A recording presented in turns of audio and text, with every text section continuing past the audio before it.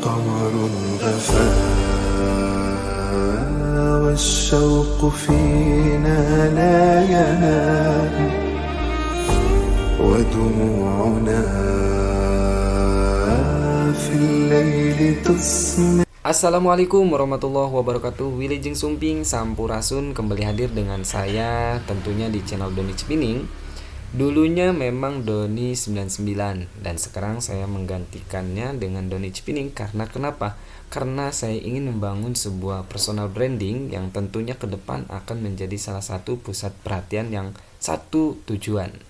Yang tentunya memang Doni Cipining ini sudah terkenal di lingkungan saya gitu kan, di kampung saya, di nuansa perdesaan.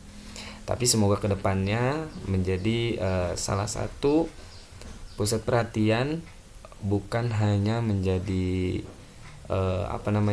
sebagai personal branding satu kampung untuk tahu, tapi untuk seluruh dunia kalau bisa. Nah, itu adalah sebuah afirmasi ya. Nah, kembali lagi dengan saya. Jadi di channel ini saya selalu membagikan tentang mindsetnya para pembisnis dan pengusaha yang sukses. Lalu setelah itu saya akan terus membagikan juga tentang motivasi-motivasi para orang-orang yang sukses terlebih dahulu, dan saya akan mentransfer ulang kepada kita semua yang menonton. Lalu setelah itu saya juga membagikan tentang tutorial bagaimana sebenarnya memang untuk membangun satu personal branding ini memang harus satu tujuan gitu. Tapi di sini saya membagikannya memang di channel ini saya membagikannya random. Biarlah kerandoman ini menjadi salah satu orang mencari itu bukan hanya di satu titik. Karena orang berproses ini pasti kebingungan, mulainya dari mana dan harus bagaimana. Nah, di channel ini saya terus membedah tentang mindset gitu kan. Mindset ini penting, mau menjadi pengusaha, pembisnis, mau jadi hal apapun itu yang diperbaiki itu adalah mindsetnya, pola pikirnya yang baik. Nah, di sini saya akan membahas tentang sebuah kerja. Ya, kenapa sih kita harus kerja? Karena memang pada dasarnya kerja ini adalah salah satu bentuk ibadah kita.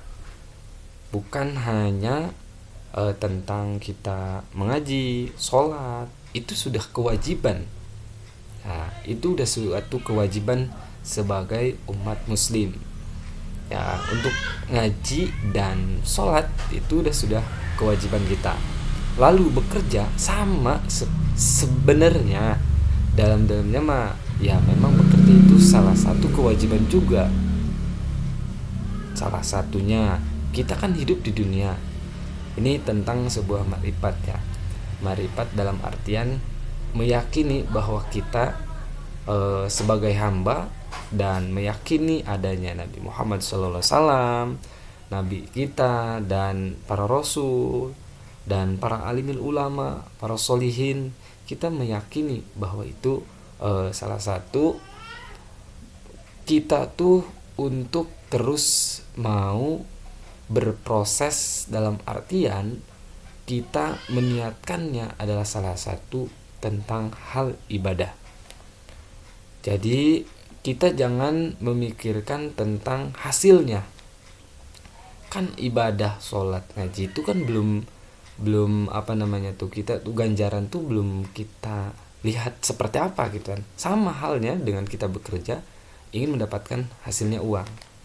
Itu kalau kita fokus terhadap nominal uang yang kita akan dapat setelah kita bekerja, serasa akan terasa kita tuh mengerjakannya terasa berat, tidak legowo gitu, tidak enteng di bawahnya gitu. Coba kalau kita mendalami tentang sebuah kewajiban, yaitu tentang sholat dan mengaji. Kalau itu adalah salah satu kewajiban,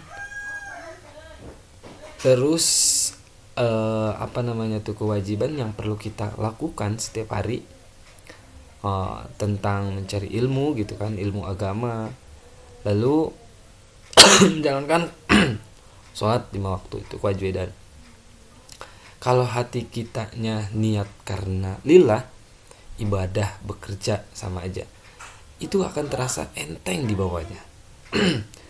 Kita mau dibawa kemana aja akan terasa enteng, rasa backingannya tuh bener-bener the power sang maha pemiliknya gitu.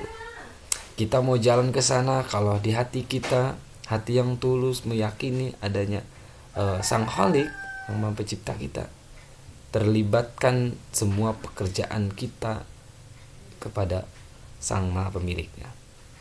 Ya, jangan mengaitkan tentang kejelekan kita dibawa ke sang pemilik, tapi ini hal-hal yang baik aja, itu adalah sumber dari hidayah, terus yang diberikan kepada kita. Itu hadiah terbesar buat kita. Kita selalu diberikan jalan yang dalam kebaikan, meskipun nih banyak orang-orang yang bisa kita artikan dia di posisi jalan yang benar, namun ujian dan masalahnya selalu menimpa dia. Nah, itu bukan satu orang, 2 orang, ya. Dia belum menemukan suatu kebahagiaan dalam artian ada yang rajin sholat, rajin mengaji, tapi misalkan ujian dia kok banyak amat gitu, tentang masalah ekonomi, terus masalah problematika dalam keluarga ataupun dalam kehidupannya selalu ada. Kalau kita bisa refleksi diri kita, melihat latar belakang baginda kita Nabi besar Muhammad SAW, banyak dan telah diceritakan berbagai riwayat-riwayat yang begitu detail, bahwa Nabi Muhammad juga banyak yang menghina, terus ibadahnya juga sampai kakinya tuh jadi ibadahnya terus banyak diganggu sama orang-orang yang zalim terhadap dia, bahkan sampai dilempari dengan